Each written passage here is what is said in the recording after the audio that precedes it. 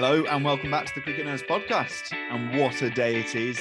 Punjab are victorious against Mumbai Indians. They win by 12 runs and I'm a very happy man. So, first of all, let's talk about the Punjab innings. Once again, we lost the toss and we were sent into bat first. So, Zach, do you want to break down the Punjab innings for us? The Punjab innings was slightly different to what we're used to seeing, in that Mayank Agarwal made a captain's knock, including a player of the match award, and looked in good form, as if he'd been in good form the whole tournament. But yeah, so very impressed with him. I think I don't know what it is, but he kind of shook off the captaincy burden and just, played a gem of an innings, 6 fours, 2 sixes, striking it over 160 is definitely what you want to see from your number one batsman.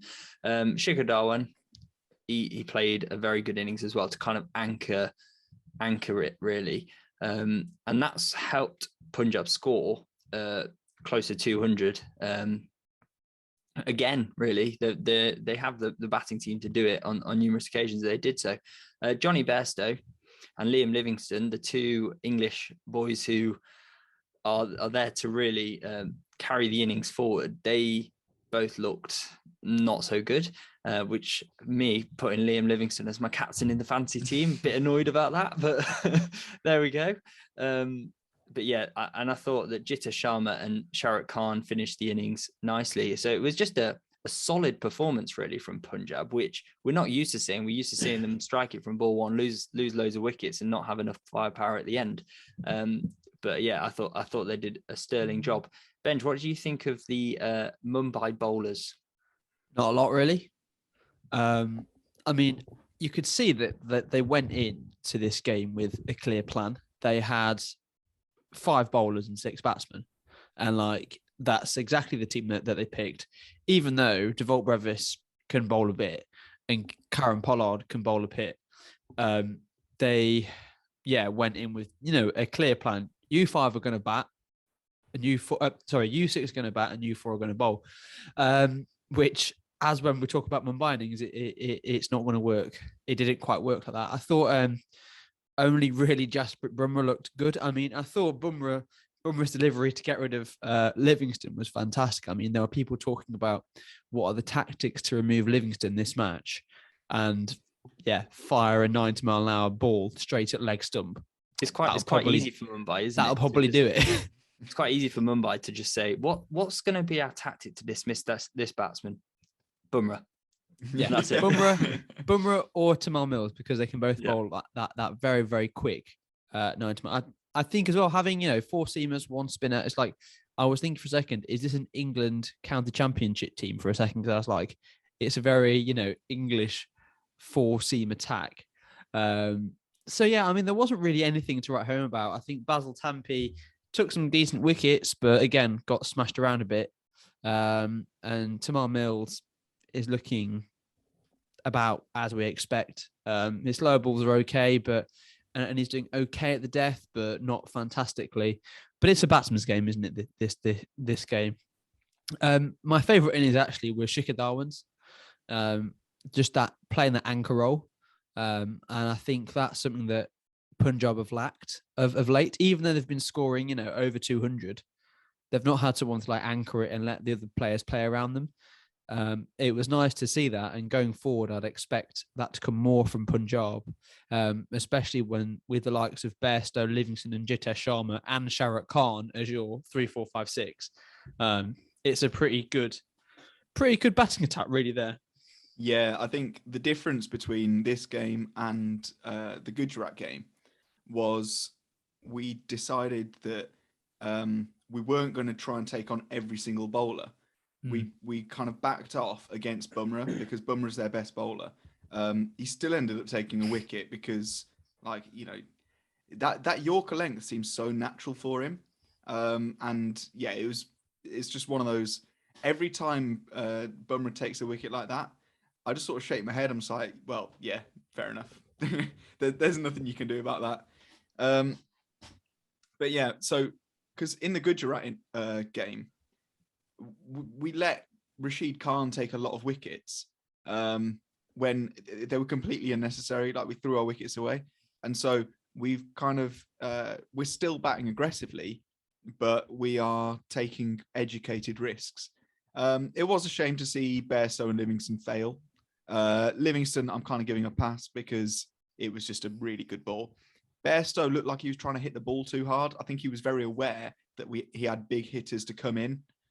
So he was like, well, I can't eat up too many deliveries. So he tried to hoik one across the line and just chopped on. So I'd like to see Bairstow play a more natural game because he is good enough to. And then the finishers, Jitesh Sharma and Shahrukh Khan, used in exactly the role that we want them to be.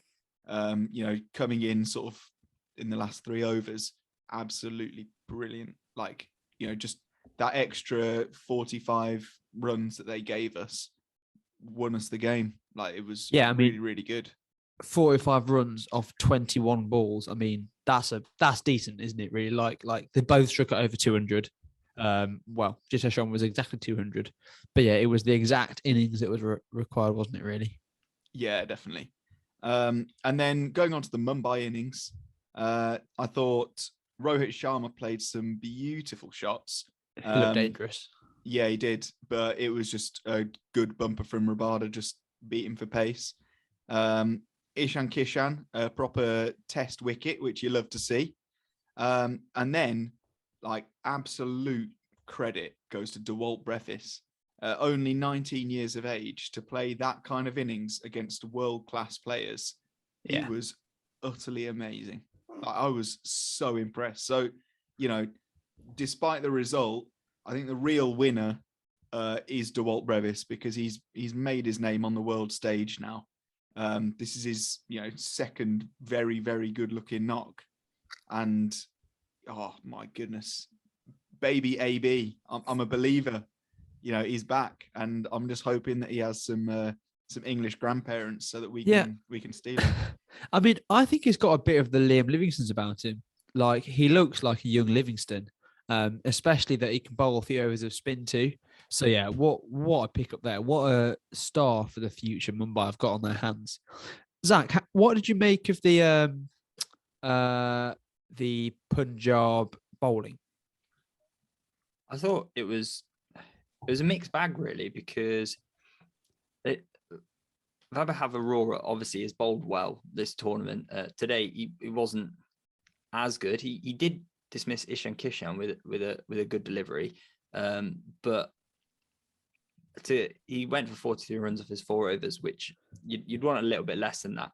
But Kagisa Rabada, I mean, he bowled today better than I've seen him bowl this tournament. I thought he was back to his wicket taking best, and he's been close to getting the purple cap every year he's played in, and he's just great at just picking up those key wickets when players look dangerous. He has a knack of getting them out. Like today, Rohit Sharma, big wicket when he was looking in sublime touch, and then Suryakumar Yadav, who we know what he can do.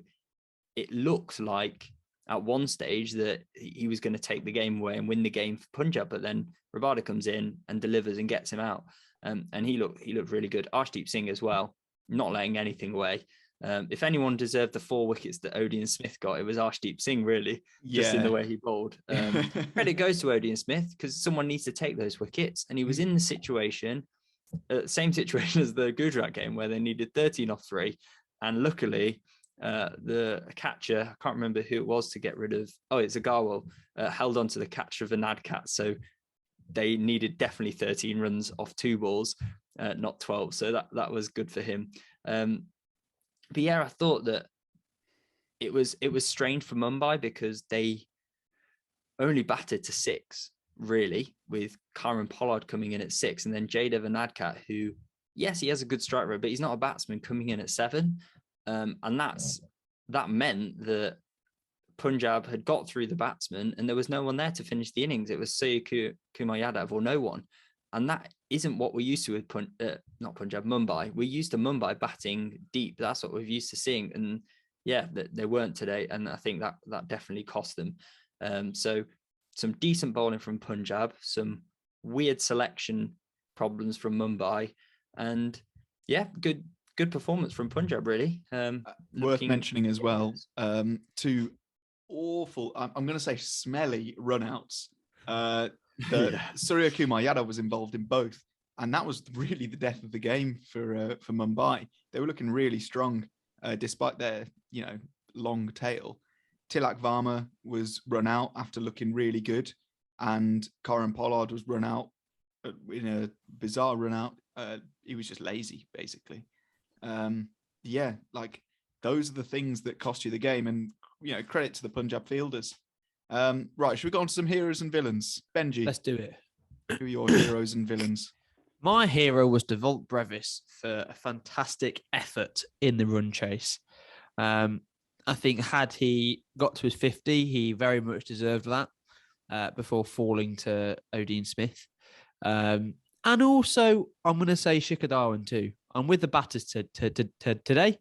Shikhar Dhawan and Odin Smith. My villain, probably,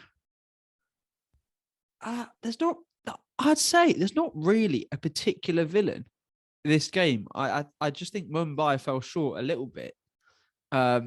Potentially Basil Tampi and Adkat gave away a couple too many runs, but I didn't think anyone from Mumbai played badly. So I don't think I have a villain. I have a villain for Mumbai being Surya Kumar Yadav. Although he played very well, as you said, James, he orchestrated 2 run-outs and he didn't finish the game off. So for Mumbai, he's a definite villain for that sense. Hero, it's got to be Mayank Agarwal, coming back to form, captain's knock, sealing the game out with a couple catches. Definitely gets the man of the match for me. And he did get the man of the match as well. And another villain is Rahul Chahar. I mean, he could have cost Punjab that game. He's the reliable one who you'd think would go at 8 and over and pick up a couple of wickets, but going at 11 and over, definite villain for Punjab. But James? He was a victim of Baby AB, really, wasn't he? Yeah. I'm going to go for a different hero because, there are so many heroes to choose from Punjab. Everybody who supports Punjab is a hero as well. But I'm going to say Jitesh Sharma because he has been consistently brilliant at finishing off games. He's got I think he's got a career T20 strike rate of 140, and I don't even want to know what his strike rate of the IPL has been because I don't think I can count that high. But Jitesh Sharma is my hero, and I'm going to say I think I'm going to go for Basil Tampi as my villain. I thought when I was watching him bowl, I just thought he was poor at bowling. I think he gave away way too many runs, too many loose balls, and actually conceding, I think it was 10 in the first over, which, that really gave Mayank Agarwal some confidence, just some pathetic wide balls.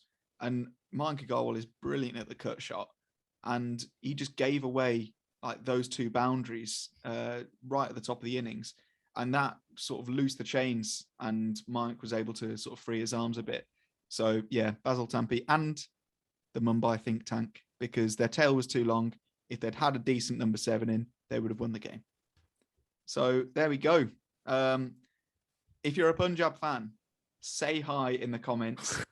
Drop us a Sada Punjab because, what a game and what a day to be a Punjab supporter.